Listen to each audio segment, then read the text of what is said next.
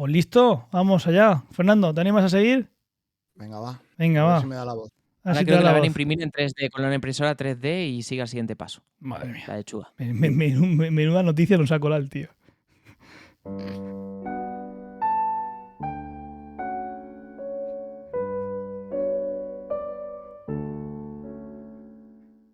Fernando, cuéntanos. Es muy ¿Qué bonita la tienen música. Perdona, es muy bonita la música, pero es como más tierna de lo que es Fernando. No me encaja. Tú no me has conocido a mí tierno, Antonio. Espérate, Pero esto, no hay que conocerás pinchar a estas mí, dos no. cámaras. Céntrate. Cariñoso. Tira. Tira ¿Os tú. conocéis en persona? ¿Os puedo preguntar, ¿os conocéis en persona o Hombre, no? sí, Todavía sí, veces. nos hemos coincidido varias veces, sí. Dos Vale. veces. Bueno, no. Esta gente que hay aquí es el 50% de la gente que leyó mi boda. Sí. El 50% bueno. Sí. O el malo, no puede lo sé. ser. No lo sé. Gracias, Fernando. Eso es otro debate. Sí. Cuéntanos, Fernando. Empiezo con una pregunta. Ya estamos. ¿Qué tienen en común Matrix, Pacific Rim y Ghost in the Shell? Que aparecen ruedas y Hay puertas. hostias también. Hay hostias, hay ruedas, hay puertas también. Si está en el guión la respuesta, espera que la busco. A ver. Roboces. Sí, está en el guión la respuesta. Es que no quiero, Hay fostiales como el de Will es Smith. que no quiero leer el guión, lo tengo delante, pero yo pues, he dicho otra respuesta. Vale, lo ¿Gente digo yo. conectándose a sitios? ¿A máquinas? ¿Es Efectivamente. eso? En todas estas obras, Y no lo he leído, la ¿eh? tecnología sí, ha llegado tan lejos que de distintas maneras los seres humanos se pueden conectar, o sea, y pueden controlar o al menos interactuar con ordenadores utilizando su cerebro. Por ejemplo, en Ghost in the Shell tienes todos los implantes que llevan que están conectados al cerebro y que se controlan mentalmente. En Matrix directamente te enchufan con un cable a un ordenador y tu mente entra en Matrix. Y por ejemplo, en Conozco Pacific... casos de esos. Que te enchufen y que tu mente se vaya a otro lado. Sí, también. Y en Pacific Rim los pilotos se conectan con los Jaggers y también entre ellos... ¿Qué ha pasado? Es por mí, no es por ti. Ah, es que no me he enterado del sonido. Vale, y en Pacific Rim los pilotos se conectan a los Jaggers y también entre ellos utilizando tanto los trajes como el casco que llevan. Entonces, aquí la pregunta es, ¿cuánto hay de ficción en todos estos ejemplos y cuánto hay de ciencia o cuánto es real? Entonces, podría parecer que en realidad estamos muy lejos de controlar máquinas con la mente. Pero durante las últimas décadas se han hecho muchísimos avances en este campo, de hecho. Las primeras apariciones en la ciencia del término interfaz cerebro-ordenador, que es como normalmente lo llamamos, en inglés Brain-Computer Interface, datan de los años 70 y se basan en el hecho de que la información viaja por nuestro cerebro mediante señales eléctricas generadas en las neuronas. Por ejemplo, cuando levantamos un brazo, pues hay una zona en el cerebro, la corteza motora, por la que fluyen pequeñas corrientes eléctricas, en este caso las señales que tu cerebro manda por todo el cuerpo para que el brazo se mueva. La idea fundamental aquí, detrás de todas estas interfaces, es que si fuésemos capaces de medir estas señales eléctricas y si supiésemos interpretarlas, podríamos conectarnos una máquina al cuerpo que hiciese cualquier acción que nosotros quisiésemos, simplemente cuando nosotros pensásemos en mover el brazo, por ejemplo. Claro, desde esos primeros días se han hecho muchísimos avances en este campo. Por una parte, hay muchas maneras de medir las señales eléctricas en el cerebro. Hay maneras no invasivas, como por ejemplo colocarte electrodos en el cráneo, seguro que lo habéis visto alguna vez, igual que te hacen para medirte, por ejemplo, el pulso antes de una operación. El pues mejor también... en eso era Walter Bishop. Sí, exacto, en Fringe salía muchísimo. Te ponen electrodos alrededor del cráneo y con eso registran tu encefalograma. Entonces están midiendo las señales eléctricas que tienes en el cerebro. También se puede utilizar, por ejemplo, resonancia magnética. Esto salía un montón de veces en House, donde ponían al paciente en un escáner y en la pantalla siempre se veía como distintas zonas del cerebro iban iluminándose una tras otra, depende de lo que estuviese Antonio no pensando. podría hacer eso porque le reventaría la muela. Claro, saldría la muela disparada. Y además tampoco saldría actividad. O sea, que tampoco. De momento solo el tornillo. Depende. Si le pones, claro, si le pones TikTok te Buah. sale el encefalograma plano, ¿no? Sí, pero ¿te gusta los vídeos que estoy mandando? Bueno, sí, puede ser. No sé, es que ¿cuál es el último vídeo que Vaya, mandaste? vaya. Javi Santaolalla.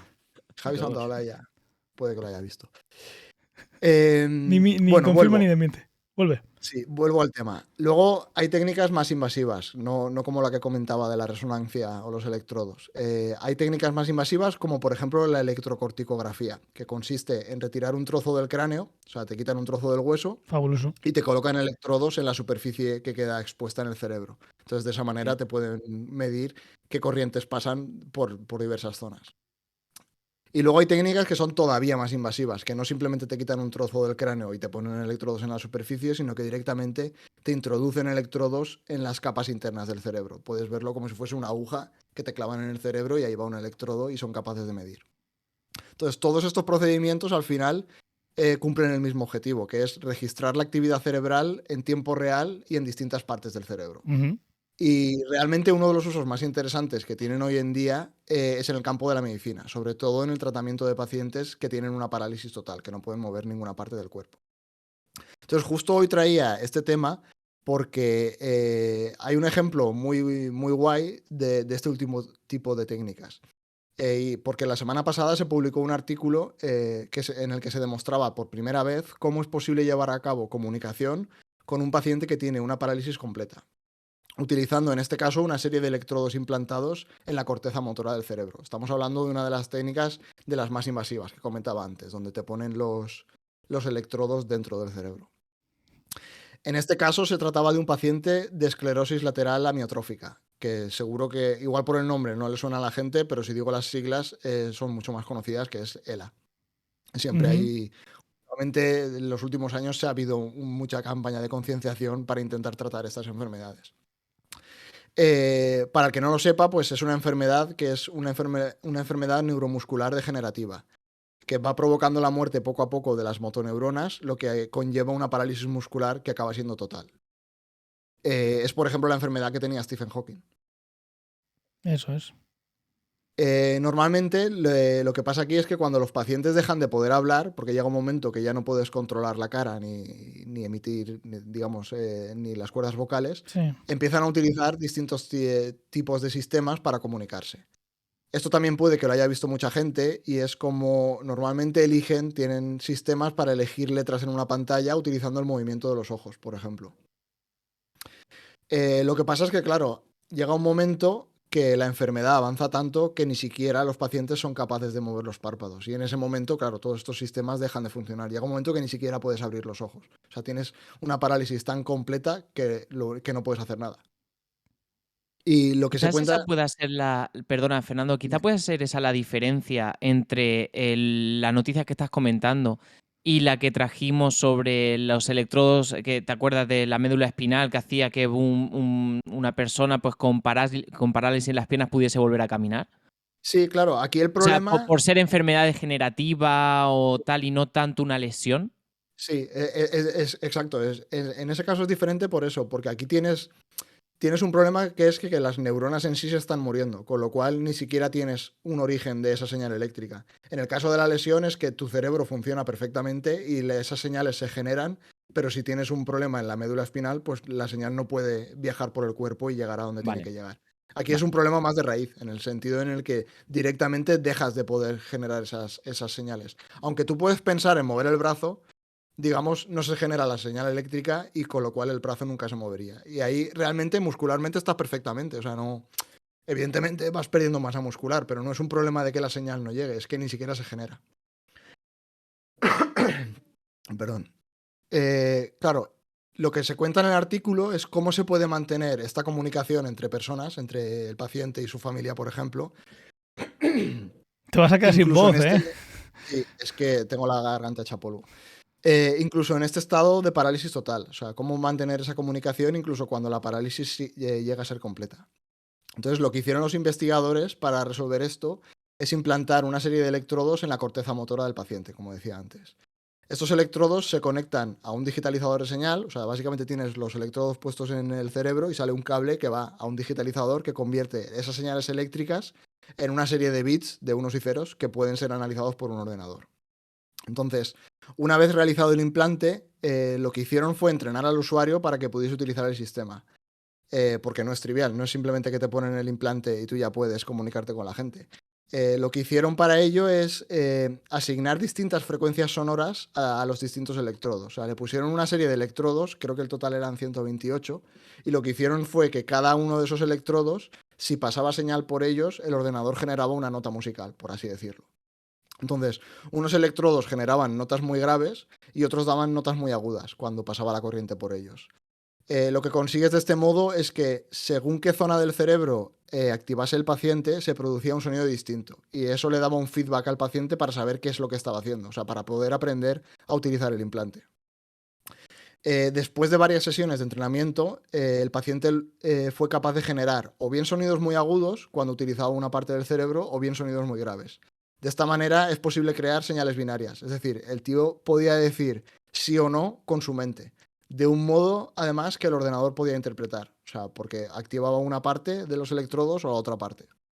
Entonces, puede parecer poco, porque realmente es solo decir sí o no, pero es decir sí o no solo con tu mente. O sea, no requieres hablar, no requieres mover los ojos, no requieres ningún tipo de movimiento. Entonces, de esta manera, el paciente pudo empezar a elegir letras y formar palabras y frases cortas. Simplemente tenían un sistema en el que las letras iban, digamos, cambiando una detrás de otra, y si tú querías utilizar una letra, pues dices sí o no. Claro, cuentan en el artículo, esto es súper curioso, el artículo es muy chulo, o sea, porque tiene una parte técnica donde explica un poco todo lo que han hecho, pero luego hay una parte, digamos, que no es tanto científica como de la historia de este paciente. Entonces te cuentan como lo primero que hizo fue escribir una frase de agradecimiento, tanto a los investigadores como a los médicos que le habían hecho la operación, y luego a partir de ahí empezó a comunicarse con sus familiares. Una de las cosas que hacía normalmente era pedir distintos tipos de comida, o sea, hay que tener en cuenta que llega un momento que este tipo de pacientes no dejan de ser un cuerpo sentado en una cama y es imposible comunicarte Estás con ellos. atrapado Entonces, ahí, tiene que ser. sí, estás Joder, totalmente atrapado en tu cuerpo. Es horrible. tiene que ser. Mm. Uf. Entonces, claro, aunque simplemente sea decir sí o no, es una manera de comunicarte, que es un cambio bestial. Entonces, lo que hacía él era pedir distintos tipos de comida, que le diesen una cosa a otra, que le cambiasen de postura, que, por ejemplo, le pusieran la cabeza de una manera o de otra, sobre todo cuando venía gente a verle. Y luego el chico también tenía un hijo y también, digamos, se intentaba comunicar tanto con la mujer como con el hijo de esta manera.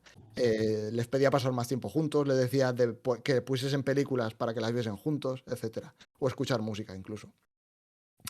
Claro, a lo largo de todo el experimento, porque esto es un experimento que duró un montón de tiempo, duró meses, el paciente produjo en total casi 6.000 caracteres a lo largo de unas 90 horas de uso. Es decir, en total, en promedio, el sistema podía generar un carácter por minuto. O sea, imagínate escribir una letra por minuto. Pero claro, digamos, es o eso o no comunicarte. Sí, es eso, una letra cada infinito tiempo. Exacto. Entonces, obviamente es un resultado muy preliminar y no es perfecto, porque todavía estamos muy lejos de tener sistemas como los que hablábamos antes en las películas. Pero claro, es lo que decía, imagínate la diferencia entre pasar de estar postrado en una cama sin poder hacer nada a poder comunicarte con tu familia. Entonces, Pues si eso se consiguiera alguna vez, sí que se podría coger un cerebro, ponerlo en un tarro y si lo mantienes vivo, ahí siempre está la duda, ¿no? De qué es lo que te hace persona, si simplemente es el cerebro sí, o algo sí, más. bueno, pero que tecnológicamente, si eso que estamos hablando se consiguiera, se podría conseguir lo que yo estoy diciendo. Sí, entiendo que teóricamente sí. O sea, si tú tienes todas las señales y eres capaz de mantenerlo con vida. Mantienes con vida, tienes las señales, se puede comunicar, tiene todas sus funciones, digamos, biológicas cubiertas, pues ya está. Pues ya está, ya, Antonio, ya lo sabes. Un poco macabro, ¿no? Sí. La verdad es que sí. Bueno, tiempo al tiempo. Me ha recordado los cerebros ¿Futurama? de No. Futurama, Sí, sí. eso es la cabeza Pero entera. además son caras, ¿no? Cabezas. No, hay cerebros, ¿no? Hay cerebros también, ¿no? Hay No un recuerdo. capítulo que los cerebros les invaden y al único que no le pueden controlar es a Fry porque es gilipollas. Sí, sí, sí. En los modelos matemáticos que habían usado no se entraba Fry. aplican. No se aplican. Sí. Claro, en el artículo además te cuentan otras cosas. Te cuentan también, o sea, te explican lo complejo que resulta todo este proceso. Lo cual a mí me gustó mucho leerlo. Porque por una parte tienes que implantar los electrodos, que, a ver, es una operación que es delicada, porque al final te están abriendo la cabeza para ponerte unos electrodos, pero no parece que incluso que sea lo más difícil. O sea, poner los electrodos es una operación que más o menos a día de hoy ya es algo relativamente estándar, o sea, se hace en muchas partes, pero luego tienes que tener la suerte de poder medir unas señales eléctricas lo suficientemente potentes, digamos, para interpretarlas. Lo que cuentan en el artículo es que de los 128 electrodos que conectaron en el cerebro, al final, para el sistema que montaron, solo utilizaron unos pocos, no sé si eran 10 o 20 electrodos en total. O sea, de los 128, la gran mayoría no eran útiles para el sistema de comunicación. Y luego, además, el rendimiento de estos electrodos varía con el tiempo. O sea, también te cuentan cómo necesitaban estar recalibrando continuamente para ver los niveles de la señal que generaban, etcétera, etcétera. Y luego, lo que comentaba, tienes que entrenar al paciente para que aprenda a utilizar el sistema y le sea útil. Y eso tampoco es algo sencillo. O sea, porque, por ejemplo, inicialmente lo que intentaron es que el paciente pensase en mover los ojos, que es exactamente lo mismo que hacía con el sistema que tenía anteriormente, en el de elegir las letras con los ojos. Entonces dijeron, bueno, simplemente si mueves los ojos podremos registrar eso y podremos utilizarlo para comunicarnos. Lo que pasa es que esto no funcionaba. O sea, él intentaba pensar en eso y no generaban señales útiles. Al final lo que hicieron es, con este método de los sonidos, como tenía ese feedback sonoro, a él le fue más fácil y logró utilizarlo. Pero claro, al final es una solución que se les ocurrió y no tiene por qué ser la mejor solución o la más eficaz. De hecho, hay otros estudios que lo que proponen es que el paciente piense en el movimiento de la mano al escribir, por ejemplo, un carácter, por ejemplo. Claro, al final es esto. Un poco la reflexión que yo tuve es que, aunque quede muchísimo por hacer, era un hito bestial, porque es la primera prueba de que es posible comunicarse mediante una interfaz de este tipo, cerebro-ordenador, simplemente utilizando la actividad cerebral, o sea, con ningún tipo de movimiento. Qué disparate. Yo imagino, no sé si lo abran en el artículo, lo proponen como un problema, algo que afrontar en el futuro o ya mismo. Y esto lo han hecho con un paciente, ¿no? Yo lo que... Sí. Mi pregunta es, ¿cómo de extrapolable podría ser a otro paciente? Porque al final Eso el cerebro... Están las conclusiones, ¿no? Vale. Sí, claro, tienen que probar. O sea, es la primera prueba y ha funcionado, pero es digamos, una gota de agua en un océano. O sea, no... Hasta que tengas un sistema, digamos, que sea extrapolable a la población en general, pueden pasar décadas. O sea, Claro, y tanto. Yo lo digo sobre todo porque cuando el cerebro se forma, cuando aprendemos es cuando cada neurona se especializa en algo. Si tú tienes, yo lo vi en la carrera, en visión, el ojo va a mapear la retina con respecto a la parte del cerebro que se encarga de esa visión, pues dependiendo de los estímulos. Y cada uno va a terminar de que una célula en la retina va a corresponder, y eso solo en una zona, en una célula en la corteza cerebral, pero eso vale para una persona. No puedo irme y decir, vale, pues ya sé que en esta zona, entonces lo que tienes que sacar es un modelo que se pueda adaptar a otros cerebros una vez que esté así, porque cada cerebro va a ser único. Claro, eso es un poco también, va en relación con lo que decía de los electrodos. O sea, tú pones 128 electrodos en este caso. Y te valen algunos. Al final tú estás pinchando los electrodos en un volumen del cerebro, pero realmente no sabes es un dónde sondeo, están cayendo. como si estuvieras buscando petróleo. Exacto. Por eso, cuando empezaron con este paciente a decirle, piensa en mover los ojos, realmente no funcionó. Entiendo que no funcionó, pues porque estaban activándose unas zonas del cerebro donde no había electrodos. Claro, lo tienes que mapear. Y por eso tuvieron que probar en este caso con lo de las notas musicales y tal. Pero claro, igual tampoco hubiese funcionado y hubiesen tenido que probar otra cosa distinta. Claro. Eso, si tú puedes hacer un mapa, o igual durante la vida de cada persona. Imagínate que hoy en día te hacen un mapa genómico, ¿no? Te hacen un estudio genético. Pues igual te puede hacer un estudio cerebral de cómo tu cerebro está ubicado para que yo qué sé, llegado un momento en el que necesitas algo así, tú ya tengas un mapeo en el que se ha podido hacer de manera mucho más colaborativa por parte del paciente, porque puede hacerlo, de saber en qué zona está cada cosa para ayudar luego a esa implementación. Porque es eso, cada cerebro va a estar cada cosa en un sitio. Así que va a ser un reto porque no tenemos ni idea, lo hemos dicho 1000 veces, de cómo funciona el cerebro. Ya está, así que no hay otra. Sí, no hay tal otra. Cual. Pues guay. Se me ponían los pelos de punta pensando en estar ahí en el cuerpo y no poder comunicarte. Era grande, ¿eh? Pidió que le pusiesen Tool a toda pastilla. Me representa. ¿Pusieran qué? Tool, una banda. Luego, pero a toda tralla, además. Estuvo 6 días para decirlo, pero... Así Mereció no se la lo pena. pusieron. Mereció la pena. Hombre, Qué guay, qué guay.